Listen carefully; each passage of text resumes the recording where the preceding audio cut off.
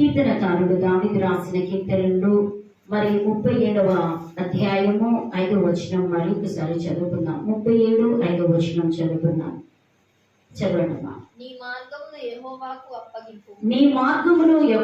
అప్పగింపుము, నీవు ఆయనను నమ్ముకునుము, ఆయన నీ కార్యమును నెరవేర్చును. చూడండి, నీ యొక్క మార్గము యెహోవాకు ఏం చేయాలట? అప్పగింపుము. దేవునికి మన మార్గమును మనము అప్పగించాలి. ఆయన మీద ఏంటిదని నమ్మిక మాత్రము ఉంచాలి. నమ్మిక, దేవుడు విశ్వాసము కలిగి ఉండాలి. నేను నమ్ముచున్నాను, దేవుడి యొక్క సన్నిధికి వెళుచున్నాను, నేను నమ్ముచున్నాను, దేవుడు నా పట్ల కార్యము చేస్తాడని ఒక నమ్మకం కలిగి ఉండాలి. కానాను స్త్రీకి కూడా నమ్మకం కలిగి మరి విశ్వాసముతో తన యొక్క కుమార్తె దయ్యము పట్టి బహుగా బాధపడుతున్న సమయంలో నమ్మకము కలిగి యేసయ్య యొద్దకు వచ్చినప్పుడు ఆమె యొక్క కుమార్తె యొక్క దయ్యపు మరి శక్తి, ఆమెలో ఉన్న వ్యాధి నుండి దేవుడు విడుదలనిచ్చిన్నాడు. హల్లెలూయా. అలాంటి నమ్మకము కలిగి దేవుని యొక్క సన్నిధికి రావడం మనం ప్రారంభించాలి. ఎప్పుడైతే దేవుని యొక్క సన్నిధికి ఆ విధంగా నమ్మకం కలిగి నీవు వస్తావో దేవుడి నీ పట్ల కార్యములు ఆయన చేస్తాడు. కాబట్టి ఆయన సాధిస్తాడు. మనం ఏంటిదంటే నమ్మకము కలుగును. ఎవరి మీద? యేసే తండ్రి అయిన దేవుని మీద మనకు నమ్మకం కలిగి ఉండాలి. దేవుడు తప్పకుండా ఆయన చేయగలిగిన సమర్థుడు, ఆయన చేయగలిగిన శక్తివంతుడైన దేవుడే ఇంచున్నాడని మనము నమ్మాలి. నమ్మకము కలిగి ఉంటే దేవుడు తప్పకుండా మనలను నడిపిస్తాడు. కార్యములు మన పట్ల చేయగలిగిన శక్తివంతుడైన దేవుడే ఇచ్చున్నాడు. కాబట్టి ఇక్కడ చూసినట్లయితే ఇంట్రొడక్షన్ మనం చూసుకుందాం. దావీదు మరి చూడండి, ఈ కీర్తన రాసి ఉన్నాడంటే మరి వృద్ధాప్యంలో రాసిన కీర్తన ఇచ్చున్నారు. ఏంటిది? ఈ యొక్క 37:5 లో సామ్స్ 37:5 లో చూసినట్లయితే ఆయన వృద్ధాప్యంలో ఉండి ఈ యొక్క వాక్యములు, ఈ కీర్తనను రాసిన మరి దావీదు రాసిన కీర్తన ఇచ్చున్నారు. తన జీవితంలో ఎన్నో సమస్యలు, మరి ఆ యొక్క దృష్టులు కూడా మరి ఎన్నో మరి ఉత్సాహము తనకున్న మరి ఏంటిదండి వేచి చూస్తూ మరి అన్ని చూసిన దావీదు ఒక గొప్ప రహస్యము చెప్తున్నాడు. ఇక్కడ ఏమని చెప్తున్నాడంటే, మరి దుష్టుల ఆలోచన చొప్పున నడవక, పాపుల మార్గమున నిలవక, అపహాసకులు కూర్చుండు చోట కూర్చుండగా, దేవుని దివారాత్రులు దేవుని ధ్యానించువాడు ధన్యుడయించున్నాడు. కాబట్టి చూడండి, అతని జీవితంలో ఎన్నో సమస్యలు వచ్చి ఉన్నాయి, ఎన్నో ఆటంకాలు వచ్చి ఉన్నాయి. మరి ఆయన ఆ సమస్యలను బట్టి మరి దుష్టుల చేతిలో నుండి ఆయన తప్పింపబడి ఉన్నాడు. ఎందుకంటే ఆయన మార్గము దేవునికి అప్పగించి ఉన్నాడు. హల్లెలూయా, హల్లెలూయా. మన మార్గము దేవునికి అప్పగించినప్పుడు దేవుడు మన పట్ల గొప్ప కార్యములను చేయవాడించున్నాడు. మరి నీ మార్గము యెహోవాకు అప్పగింపుము. మన మార్గము ఎవరికి అప్పగించాలట? దేవుడికి అప్పగించాలి. మన మార్గము దేవునికి అప్పగించి ఉన్నప్పుడు దేవుడు మన పట్ల కార్యములను దేవుడు ఇచ్చున్నాడు. నీ మార్గము అని అంటే ఏమిటి? నీవు మార్గము అని అంటే మన మార్గం అంటే ఏంటి అసలైంది? అంతేనా కాదా? మనము దేవునికి ఇక్కడ చెప్తున్నాం. మరి ఏంటిదంటే నీ మార్గము యెహోవాకు అప్పగింపుము. ఏవి అప్పగించాలి, ఏంటి అప్పగించాలి, ఏ విధంగా మనం అప్పగించాలి అనేది మనము నేర్చుకుందాం. మరి చూడండి, నీ మార్గము యెహోవాకు దేవునికి అప్పగించి ఉన్నప్పుడు నీ మార్గంలో దేవుడు నీ జీవితంలో గొప్ప కార్యములను దేవుడు ఇచ్చున్నాడు. నీ మార్గం అంటే ఏంటిది? అసలు మార్గం అంటే ఏంటిది? నీ మార్గం యెహోవాకు అప్పగించుము అని అంటే ఏంటిది? చూడండి, ఏంటిది అని అంటే కుటుంబము. మొదటిగా కుటుంబం ఇచ్చున్నది. అంతేనా? కుటుంబ యజమాని ఏంటిదండి? మంచిగా చూసుకోవాలి. అంతేనా? నీ కుటుంబములో మరి ఏ యొక్క పరిస్థితులు ఉన్నాయో, మరి ఏంటిదని మరి పరిస్థితులు కానీ ఇంకేమైనా కానీ సమస్యలు కానీ ఉన్నప్పుడు నీ కుటుంబాన్ని నువ్వు పట్టించుకొని ముందుకు నడిపించడం ప్రారంభించాలి. ఆయన ఇంకొక రెండవదిగా చూసినట్లయితే సేవ మార్గం ఇచ్చున్నది. సేవలో నువ్వు ఏ విధంగా ఉంచున్నావు? సేవ చేస్తూ ఉన్నప్పుడు నువ్వు పని చేస్తున్నావు, నువ్వు పనిలో నైపుణ్యత కలిగి ఉండాలి. హల్లెలూయా. ఏంటిదట? నీవు ఇచ్చిన బాధ్యతను నైపుణ్యతగా, అంటే శ్రేష్టమైన దానిగా, శ్రేష్టమైన నైపుణ్యత కలిగి నీవు పని చేయడం ప్రారంభించాలి. నీకు ఇచ్చిన బాధ్యతను నీవు నమ్మకంగా సేవలో పని చేయడం ప్రారంభించినప్పుడు దేవుడు నీ మార్గమును సరళం చేసి నిన్ను ఆశీర్వదించడం ప్రారంభిస్తాడు. హల్లెలూయా. మరి చూడండి, నీవు సేవలో నైపుణ్యత కలిగి ఉంటున్నావా? నీవు నీ పనిలో నైపుణ్యత కలిగి ఉంటున్నావా? నీకు ఇచ్చిన బాధ్యతను నీవు నమ్మకంగా చేస్తున్నావా? మనం 10 గంటల కంటే 12, 1కి వచ్చిన వాళ్ళు ఉన్నారు ఇక్కడ. ఏది నీ పని? నీకు ఏది? నువ్వు దేవుని మీద ఇంట్రెస్ట్ ఏ విధంగా ఉండాలి? నీ మార్గంలో మంచి మరి ఆశీర్వదింపబడాలి అంటే, నీ కుటుంబం ఆశీర్వదింపబడాలంటే, మరి నువ్వు చేస్తున్న సేవలో నువ్వు దీవింపబడాలి అంటే నువ్వు నమ్మకంగా దేవుని పని చేస్తున్నావా? చెప్పండి ప్రియులారా, నువ్వు నమ్మకంగా దేవుని సన్నిధికి వస్తున్నావా? అందరు వెళ్తున్నారు కదా, ఎప్పుడో ఒకసారి పోతే వెళ్ళకపోతే కాదా? ప్రియులారా, అందులోనే నువ్వు తప్పుపడుతున్నావు, అందులోనే నువ్వు ఆశీర్వాదం పొందుకోలేకపోతున్నావు. ఎందుకనంటే ఇంక కొంచెం పడుకుంటున్నా. అందుకోసమే సోమరి నువ్వు చీమల యొద్దకు వెళ్ళి ఏంటిది నేర్చుకోవాలంటున్నాడు దేవుడు. నువ్వు చీమల యొద్దకు అవి క్రమముగా ఒక మంచి మార్గంలో నడవడం ప్రారంభిస్తాయి. నేను ఎలా నడుస్తున్నాను? దేవుడి యొక్క మార్గంలో నీకు ఇచ్చిన పనిని, తలాంతును నీవు దేవుడి కొరకు ఉపయోగించుకుంటున్నావా? నాకిందిలే, నేను వెళ్ళకపోతానులే అని అంటే ప్రియబిడ్డలారా, నీ బాధ్యత ఏది? సేవలో దేవుడి యొక్క సంఘంలో నీ బాధ్యత ఏమై ఉన్నది? అంతేనా నీ బాధ్యత? నీవు ఒకసారి ఆలోచిస్తున్నావా? కుటుంబంలో బాధ్యత లేని స్థితిలో ఉంటున్నావా? సంఘంలో బాధ్యత లేని స్థితిలో ఉంటున్నావా? దేవుడు నిన్ను ఏ విధంగా దీవిస్తాడు? నాకెందుకు నేను మెల్లగా వెళితే ఏం కాదులే అని నువ్వు అనుకుంటున్నావా? ప్రియబిడ్డలారా, నువ్వు వచ్చినప్పుడు దేవుడు నిన్ను బట్టి సంతోషిస్తూ ఉంటాడు, మనలను బట్టి సంతోషించడం ప్రారంభిస్తాడు. కాబట్టి ఇక్కడ అంటున్నాడు, నీవు సేవ అనే మార్గంలో నీవు ఉండాలి. నీ పని, నీకు ఇచ్చిన ఒక తలాంతి నీకు ఇచ్చాడనుకో, పాటలు పాడే వరం ఇచ్చాడనుకో, పాటలు పాడుతూ దేవుణ్ణి ఆరాధించాలి. ప్రార్థించే వరం ఇచ్చాడనుకో, ప్రార్థించే వరమును మరి తొందరగా వచ్చి దేవుడిగా దేవునికి మందిరంలో నేను ఎప్పుడు వచ్చేదనా దేవుడు చూస్తుంటాడట. నేను పోయిన వారమే చెప్పాను, దేవుడు చూస్తుంటాడట మనలను. నా బిడ్డ ఎప్పుడు వస్తుందా? తండ్రి కుమారుని కొరకు ఏ విధంగా ఎదురు చూస్తుంటాడో, తల్లి కుమార్తె కొరకు ఏ విధంగా ఎదురు చూస్తూ ఉంటాడో, మరి మనల కొరకు ఆయన యేసయ్య ఎదురు చూడడం ప్రారంభిస్తాడు. నీవు నమ్మకము కలిగి నీవు యేసయ్య ఎదురు సమయంలో పాటించకపోతే ఆయన దుఃఖపడడా? నీవు మరి తల్లిదండ్రులకు మాట వినకపోతే తల్లిదండ్రులు మనకి ఏమైనా సహాయం చేస్తారా? ఇస్తారా? చెప్పండి ప్రైవేట్లో ఇస్తారా? ఇవ్వరు. ఎందుకంటే నీవు కరెక్ట్గా నా మాట వినట్లేదు, నువ్వు నా మార్గంలో నేను చెప్పిన మాట వింటలేవు కాబట్టి నేను ఇవ్వను అని అంటాడు. ఎందుకంటే ప్రియబిడ్డలారా, ఈ లోకపు తల్లిదండ్రులు ఆ విధంగా అన్నప్పుడు పరలోకపు తండ్రి ఒక్కసారి ఆలోచించావా? దేవుడు మనలను ప్రేమిస్తున్నాడు, దేవుడు మనలను శిలువ మరణంగా ప్రేమిస్తున్నాడు. ఆ ప్రేమను బట్టి మనం ఎట్లా పడితే అట్లనే జీవిస్తే ఎలా పడితే అలా జీవిస్తావా? నీవు ఒక్కసారి ఆలోచించు. అందుకోసం అంటున్నాడు, నీవు కుటుంబ బాధ్యత, రెండవది సేవా మార్గము. నీవు సేవా మార్గంలో నడువు. దేవుడు నిన్ను ఎన్ని అవతడుకలు వచ్చినా కూడా వాటన్నిటి నుండి దేవుడు విడిపిస్తాడు. నీవు చేస్తున్న పనిని బట్టి, నీవు సేవలో పాల్గొంటున్న వాటిని బట్టి నిన్ను దీవించడం ప్రారంభిస్తాడు. మూడవదిగా భవిష్యత్తు ఎంచున్నారు. నీ భవిష్యత్తు ఏమై ఉన్నది? నీవు ఆలోచిస్తున్నావా? నీ భవిష్యత్తు కొరకు ఆలోచిస్తున్నావా? నీ మార్గంలో ఇవన్నీ నీకు మరి వర్తిస్తూ ఉంటాయి. నీవు ఆ యొక్క భవిష్యత్తు ఏమై ఉన్నది? ప్రభా, నాకు ఇంత వయసు వస్తుంది, మరి ఇంకా నేను అదే విధంగా జీవిస్తున్నానా? నీవు ఆలోచిస్తున్నావా? లేకపోతే అదే ఎందుకులే, వయసు పోయినా కూడా, కొంతమంది వయసు పోయినా కూడా పిల్లలాగానే ఉంటూ ఉంటారు. ప్రియబిడ్డలారా, నువ్వు ఆలోచిస్తున్నావా? మరి దినదినము మనకు మనకు వయసు పెరుగుతూ ఉంటుంది, కానీ మరి చిన్నగా కాదు. ఒకసారి ఆలోచించు, నీ భవిష్యత్తు ఏమై ఉన్నది? నీవు ఆలోచించావా ఎప్పుడైనా? ప్రభా, మరి ఇన్ని సంవత్సరాలు నీవు నాకు కృపనిచ్చావా, నా భవిష్యత్తు ఏమై ఉన్నది? అంటే నా పిల్లలను తల్లిదండ్రులు అంటారు, నా పిల్లల భవిష్యత్తు దీవింపబడాలి అంటారు. అంతేనా? నా పిల్లలు మంచిగా ఉండాలి, ఇక నాది అయిపోయింది, కానీ నా పిల్లలు ఒక మంచి స్థితిలో ఉండాలని అనుకుంటూ ఉంటారు. మరి మన భవిష్యత్తు కొరకు కూడా మనం ఆలోచించాలి, అంతేనా? మరి నాలుగోదిగా చూసినట్లయితే ఆరోగ్యం. ఆరోగ్యం లేకపోతే ఆయుష్ ఉండాలి, ఆయుష్ లేకపోతే భవిష్యత్తు కూడా ఉండదు, అంతేనా? నీకు ఏముండాలి ఇక్కడ? ఆరోగ్యము మెయిన్ గా ఇంపార్టెంట్. ఆరోగ్యమే ఇచ్చినారు. ఆరోగ్యం లేకపోతే ఏంటిదండి?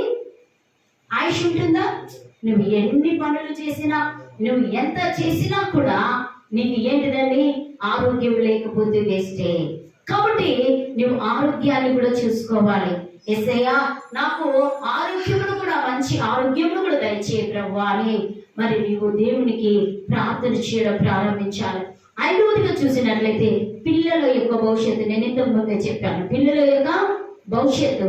మరి ఆ పిల్లలు మంచి మార్గంలో నడిస్తే ఆ పిల్లల భవిష్యత్తు, నీవు పిల్లలను ఒక పద్ధతిలో నడిపిస్తే ఆ పిల్లలు ఆ పద్ధతిలో నడుస్తూ వారి భవిష్యత్తు కూడా మరి దీవింపబడడం ప్రారంభిస్తుంది.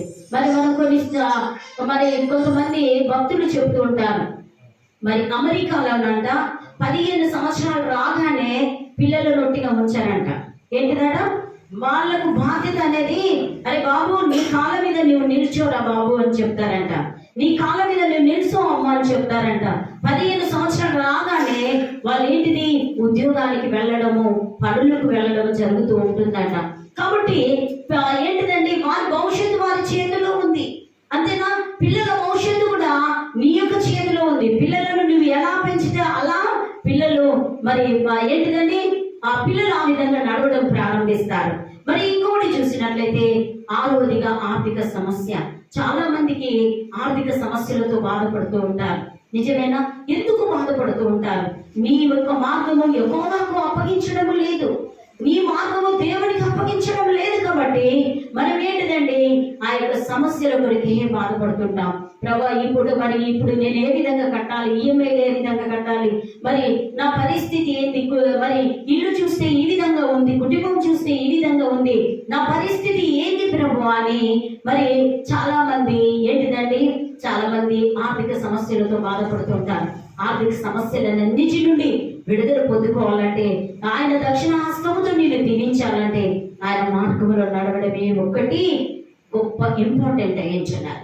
నువ్వు ఆయన మార్గంలో నడిచినప్పుడు ఆ యొక్క ఏంటిదని ఆ సమస్యలు కూడా వచ్చినా కూడా ఆ సమస్యల నుండి ఏదో ఒకటి మార్గములు దేవుడు ఏర్పాటు చేస్తాడు.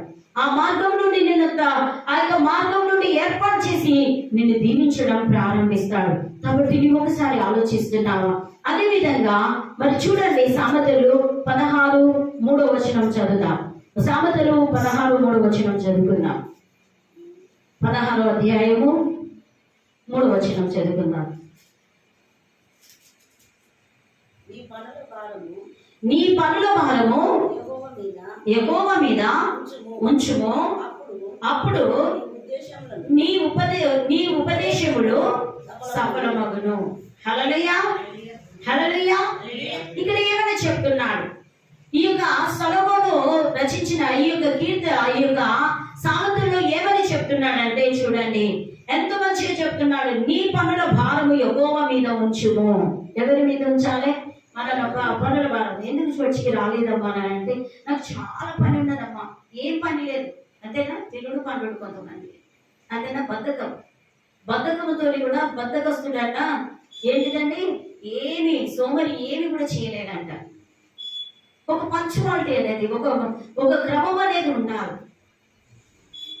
దేవుడు మనకు ఒక సమయాన్ని ఇచ్చాడు. 10 గంటల నుండి 1 వరకు ఆరాధన చేయమనిస్తే మనం 1కి వస్తే ఏంటిదన్నట్టు? అంటే నీవే చెప్పండి, నీవే ఒకసారి ఇమాజినేషన్ చేసుకోండి, ఒక్కసారి ఊహించండి. ఎప్పుడు నీ పనులు దేవుడు నీ పట్ల కార్యాలు చేయాలంటే నీవు మరి కరెక్ట్గా ఉంటున్నావా? చాలా మంది మరి స్త్రీలు కానీ కొంతమంది తొందరగా లేచి పనులన్నీ చేసుకుంటారు. కొంతమంది 1 దాకా 2 దాకా 3 దాకా పనులు చేస్తూ ఉంటారు. ఇంకా ఏవైతుందండి, చిన్న చిన్న పనులు ఎక్కువైపోతుంది. అయ్యగారు నాకు చెప్తూ ఉంటాడు, అమ్మ ఎప్పటి పని అప్పుడే చేసుకో, క్రియేట్ చేసుకో. ఏంటిది? ఎప్పటి పని అప్పుడు చేసుకుంటే మనకు ఏమైపోతుంది? ఫ్రీ అయిపోతాం. ఆ పని ఇప్పటి పని మళ్ళీ రేపటి దాకా చేసుకుంటే అవి ఎక్కువగా అయిపోతుంది. ఒకసారి ఆలోచించు. ఎప్పుడు రీడింగ్ నీ బైబిల్ చదివేటప్పుడు ఎప్పుడు డైలీ చదివే బైబిల్ మరి నువ్వేంటిదండి డైలీ చదువుతూనే ఉండాలి. నువ్వు డైలీ ప్రార్థన చేస్తూ ఉన్నప్పుడు నువ్వు డైలీ ప్రార్థన చేస్తూనే ఉండాలి. నువ్వు ఏ టైంకి అయితే దేవునికి చెప్తావో ఆ సమయానికి వెళ్ళి ప్రార్థన చేయడం ప్రారంభించాలి. అప్పుడు దేవుడు నీ పనుల భారము ఆయనకు అప్పచెప్పినప్పుడు ఆయనే నీ పట్ల మన పట్ల కార్యములు చేయవాడు ఇచ్చున్నాడు. అందుకనిగా నీ క్రియలు యెహోవాకు అప్పగించుకోవాలి. మన క్రియలు అంటే మన పనులు దేవునికి అప్పచెప్పాలి. మనము దేవునికి అప్పచెప్పినప్పుడు మనమే మీద వేసుకుంటే ఏమైపోతుందండి? ఆ పని అట్లాగే ఉంటుంది. అంతేనా? మరి కాబట్టి నువ్వు ఒకసారి ఆలోచించు. మనం ఏంటంట నీ క్రియలు యెహోవాకు అప్పగించున్నాను. కొన్ని సందర్భాల్లో నేను ఒక్కోసారి బాధపడుతూ ఉంటే ఈయన వచ్చి అడుగుతుంటాడు, ఎందుకు బాధపడుతున్నాడు, ఏంటిది నాకు చెప్పు అని అంటాడు.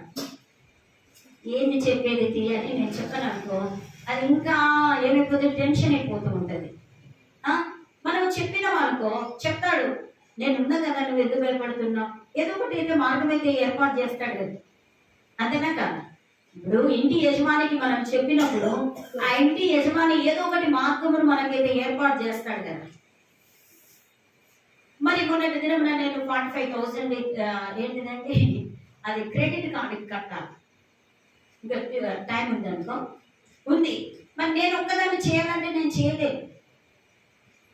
ఆ క్రెడిట్ కార్డు బిల్లు మరి చేయాలన్నా కూడా నేను చేయాలనే అంటే కష్టము. మరి ఏం చేయాలి? తనకి చెప్తే ఏదో ఒకటి ఒక మార్గాన్ని ఏర్పాటు చేస్తాడు. అంతేనా? కాబట్టి మనమే అన్ని బాధ్యతలన్నిటినీ తల మీద పోసుకొని తనని ఎంటీగా ఉంచితే మనకి ఏమి ప్రయోజనము చెప్పండి. అంతేనా? కాబట్టి ఏంటిది మన భారం అన్నది మన కుటుంబ యజమానికి చెప్పినప్పుడు ఆయన ఏం చేస్తాడండి? తప్పకుండా ఏదో ఒక మార్గాన్ని ఏర్పాటు చేస్తాడు. కాబట్టి నీవు ఇక్కడ ఏమనుకున్నాడంటే ఇది యొక్క కుటుంబ సమస్య, కుటుంబ పరిస్థితి ఇచ్చినాడు. మరి జీవం కలిగిన దేవునికి నువ్వేంటిదంటే నీ క్రియలు యెహోవాకు అప్పగించాలి. మన భారము యెహోవా మీద మోపాలి.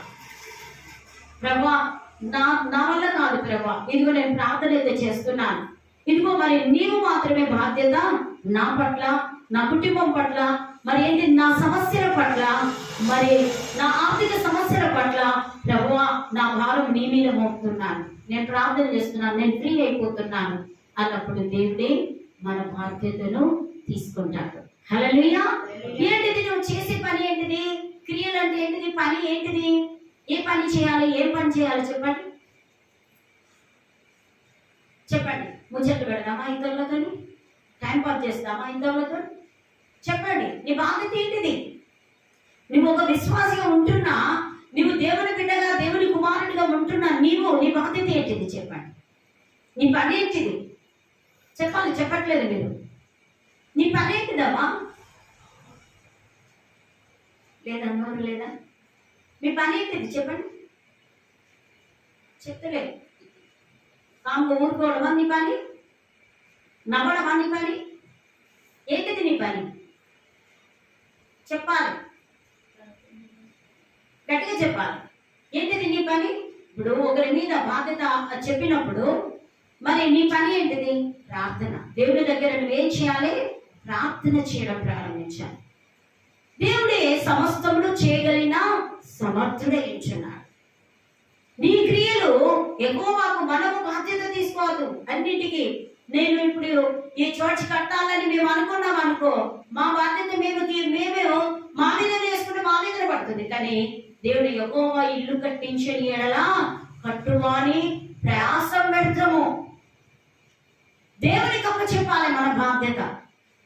దేవా నువ్వే చూసుకో, ఇగో నేనైతే ప్రార్థన చేస్తున్నాను, బైబిల్ చదువుతున్నాను, డైలీ బైబిల్ చదువుతున్నాను, ప్రార్థన చేస్తున్నాను, ప్రభా నా పట్ల కార్యములను నా భారాన్ని నీకు చెప్తున్నాను, ఇగో ఇన్ని ఈమెయిల్ కట్టాలి, ఇన్ని పరిస్థితులు ఉన్నాయి, మరి నా పరిస్థితి నీవే అనుకూలించాలి ప్రభువా, నేను నమ్మకంగా నీ పనిని నేను ఖచ్చితంగా చేస్తాను ప్రభు అన్నప్పుడు దేవుడే జోక్యం తీసుకొని మన పనిలో భారము ఆయన మోసుకుంటాడు, ఆయన భుజం మీద వేసుకుంటాడు. ఇక్కడ అంటున్నాడు, మరి చూడండి ఇక్కడ ఏమని అంటున్నాడంటే, మరి 3వ వచనం కదా, నీ పనుల భారము యెహోవా మీద ఉంచుము, అప్పుడు నీ ఉద్దేశములు సఫలమగును. నీ ఉద్దేశాలు ఏమైతే అన్నా సఫలమవుతాయి. నువ్వు ఏదైతే థింక్ చేస్తున్నావో అది ఏంటిదండి, అది తప్పకుండా నెరవేరుతూ ఉంటుంది. హల్లెలూయా. కాబట్టి నువ్వేం చేయాలి, మొదటిగా నీవు నీ క్రియలు దేవునికి అప్పచెప్పాలి, నీ పనులు.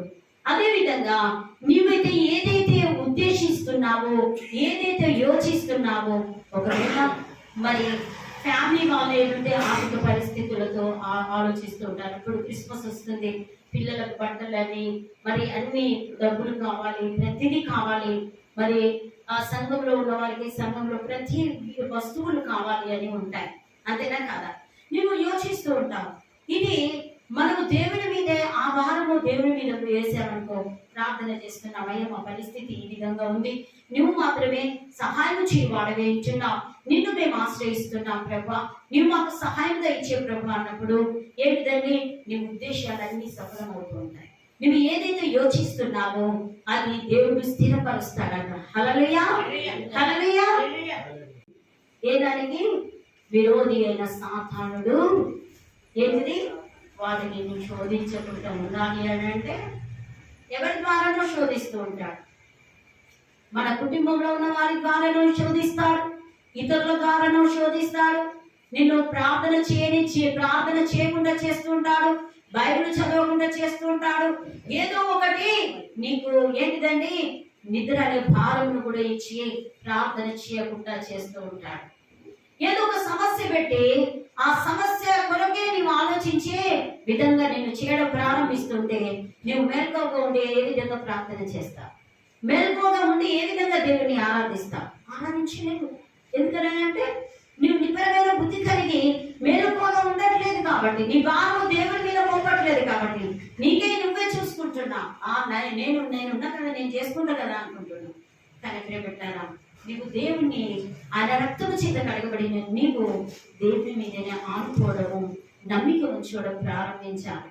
నీవు మెలకువగా ఉండి ప్రార్థన చేయి. విరోధి అయిన సాతానుడు ఎవరిని గర్జించే సింహం వల్ల ఎవరిని మిరింగుతున్నా ఎప్పుడు వాడు ఏంటిదండి దేవుని బిడ్డల కొరికి ఆలోచిస్తూ ఉంటాడు.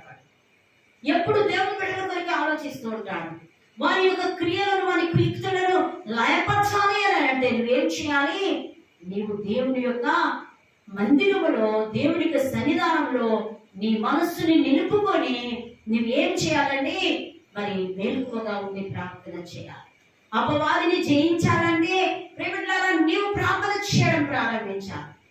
నువ్వు ప్రార్థన చేయడం ప్రారంభించినప్పుడు నీ భారము, నీ చింత, నీ యావత్తు సమస్తమును దేవుడు తీసివేస్తాడు. విరోధి అయిన సాతాను కూడా నీ యొద్ద నుండి నీకు రాకుండా మరి దేవుడు అడ్డుకొని వాటిని ఎల్లగొట్టడం ప్రారంభిస్తాడు. కాబట్టి చూడండి, ఆయన మీద నమ్మికము ఉంచాలి. ఆయన మీద ఏం చేయాలండి, నమ్మిక ఉంచాలి. నమ్మిక ఉంచినప్పుడు ఆయన తప్పకుండా మరి ఏంటిదండి, ఆయన తప్పకుండా మన చింత యావత్తును తీసివేస్తాడు. మరి నహూము 1:7 యెహోవా మంచివాడు. మరి చూడండి, దేవుడు మంచివాడని నువ్వు గుర్తించాలి. ఆయన మనము అనుకున్న ఆయన మంచివాడే, ఆయన గొప్పవాడు, ఆయన శక్తివంతుడు. ఆయన బిడ్డల కొరికి లోకానికి వచ్చాడు, మన కొరకు తన ప్రాణాన్ని ఇచ్చాడు, మన కొరకు తన యొక్క ప్రశస్తమైన రక్తమును, అమూల్యమైన రక్తమును చిందించి ఉన్నాడు నా పాపముల కొరకు. ఆయన మనమన్నా అనుకున్న ఆయన మంచివాడే. కాబట్టి నువ్వు ఒకసారి ఆలోచించు, ఆ యొక్క సంఘటన కాలంలో బలమును తన మీద ఆశ్రయించు వారికి ఏంటిదండి, ఆయన రక్షించి ఉన్నాడు. ఎవరైతే దేవుని ఆశ్రయిస్తారో ఆయన తప్పకుండా కాపాడు వాడే ఇచ్చినాడు, తప్పకుండా ఆయన కృప చూపు వాడే ఇచ్చినాడు. హల్లెలూయా, హల్లెలూయా, హల్లెలూయా. మరి కాబట్టి ప్రియ సహోదరి సహోదరులారా, నీవు ఒకసారి ఆలోచించు. ఆయన జ్ఞానవంతుడే ఇచ్చినాడు. ఆయన జ్ఞానం ముందు మనం ఏ పాటి వారము? నీవు అందుకోసమే ఆయనతో సహవాసము కలిగి ఉండడం నేర్చుకోవాలి.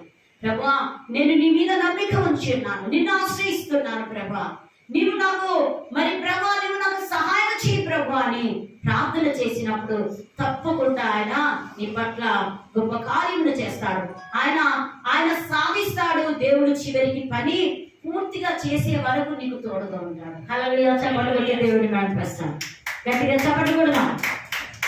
ఏంటి కదా, నీవు ఏదైతే పనిని పూనుకొని ఉన్నావో ఆ పని ముగించే వరకు ఆయన నీతోనే ఉండి ఏంటిదండి ఆ పనులను ముగించేదాకా నీతోనే, అది సాధించేదాకా నీతోనే ఉంటాడు. హల్లెలూయా. ఇంత మంచి దేవుని మనం దగ్గర పెట్టుకొని ప్రియ సహోదరులారా, దేవుని సన్నిధికి ఎందుకు రావడం లేదు? సమయాన్ని ఆయన పనిలో ఎందుకు ముందుకు ఉండట్లేదు? ఒకసారి ఆలోచిస్తున్నావా? ఆయన నీ పట్ల కార్యములను చేయాలి అంటే పరిగెత్తుకుని నేను దేవుని సన్నిధికి రా. ఆయన ఇచ్చేదాకా ప్రేమట్లారా, ఆయన మనకు ఏదైనా ఆ యొక్క క్లిష్ట పరిస్థితిలో ఉన్నా కూడా మనం సాధించలేనిది ఆ యేసయ్య మన పట్ల దేవుడు సాధించగలిగిన శక్తిమంతుడే ఇచ్చున్నాడు. అది పూర్తయ్యేదాకా ఆయన మనతోనే ఉండి మన పట్ల కార్యం అయ్యేదాకా దేవుడు మనకు తోడై ఉంటాడు. నాకు దేవుడు చెప్పింది గుర్తుకొచ్చింది. ఏమన్నానంటే, నా పని నేను ప్రార్థన చేశాను, దేవా నువ్వు నాకు సహాయం చేయి ప్రభా, ఏంటి పరిస్థితి అని అడిగినప్పుడు నేను తప్పకుండా నేను కట్టిస్తాను. ఏంటిదని నేను ఇల్లు ఆలయం కట్టిస్తాను కాబట్టి నేను తప్పకుండా నీకు తోడై ఉంటాను. ఎవరు శత్రువులు నిన్ను అడ్డగించినా, ఏ విషయంలో ఎన్ని ఆటంకాలు వచ్చినా కూడా నేను ముందుండి వాటన్నిటి నుండి విడుదలనిచ్చి నేను ముందుండి కట్టిస్తానని చెప్పాడు. చప్పట్లు కొట్టి దేవుడిని మనకు వస్తాను. దేవుడు మన దగ్గర ఉన్నాడు. మన దేవుణ్ణి ఏంటిదండి నువ్వు ఏమనుకుంటున్నావు? ఆయన సర్వ సృష్టికర్త ఎంచున్నాడు దేవుడు.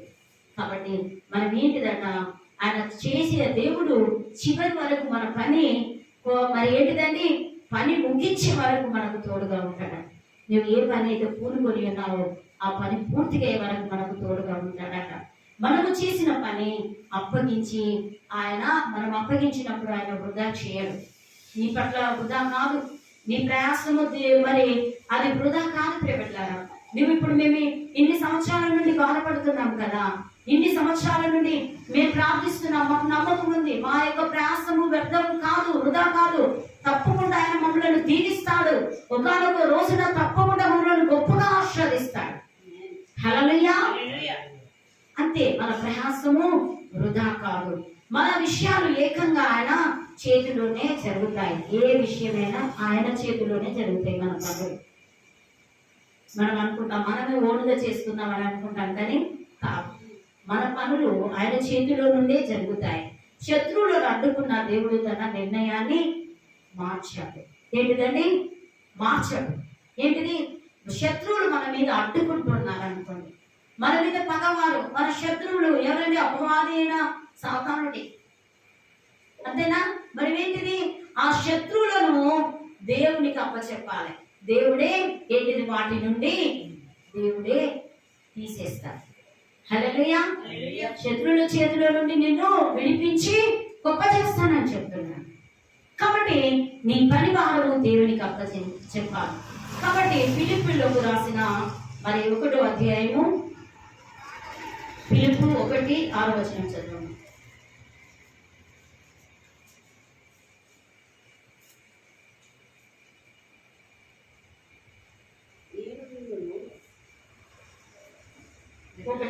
మీరు నాతో పాలువారే ఎదుట చూచి మీలో ఈ సత్క్రియ ఆరంభించిన వాడు యేసుక్రీస్తు దినము వరకు దానిని కొనసాగించునని దృఢిగా నమ్ముచున్నాను. గనుక మీ అందరి నిమిత్తం నేను చేయు ప్రతి ప్రార్థనలో ఎల్లప్పుడూ సంతోషంతో ప్రార్థన చేయుచు నేను మిమ్మల్ని జ్ఞాపకం చేసుకునేటప్పుడల్లా నా దేవునికి కృతజ్ఞతాస్తుతులు చెల్లించుచున్నాను. ఏంటట? మీలో మొదలు పెట్టిన కార్యాలు క్రియలు క్రీస్తు దినము వరకు సంపూర్ణంగా ఆయన సేవలో ముందుకు ఉండాలి. ఇక్కడ ఏమని అంటున్నాడంటే, చూడండి, ఈ సత్క్రియ ఆరంభించిన నాడు యేసుక్రీస్తు దినము వరకు, ఆయన వచ్చు వరకు మనము నమ్మకంగా కొనసాగిస్తూనే ఉండాలి. మీ అందరి నిమిత్తము నేను చేయు ప్రతి ప్రార్థన, అపోస్తలుడైన పౌలు అంటున్నాడు, మీ అందరి కొరకు నేను చేయు ప్రతి ప్రార్థన. ఏం చేస్తున్నాడట? ప్రతి ప్రార్థనలో ఎల్లప్పుడూ సంతోషముతో ప్రార్థన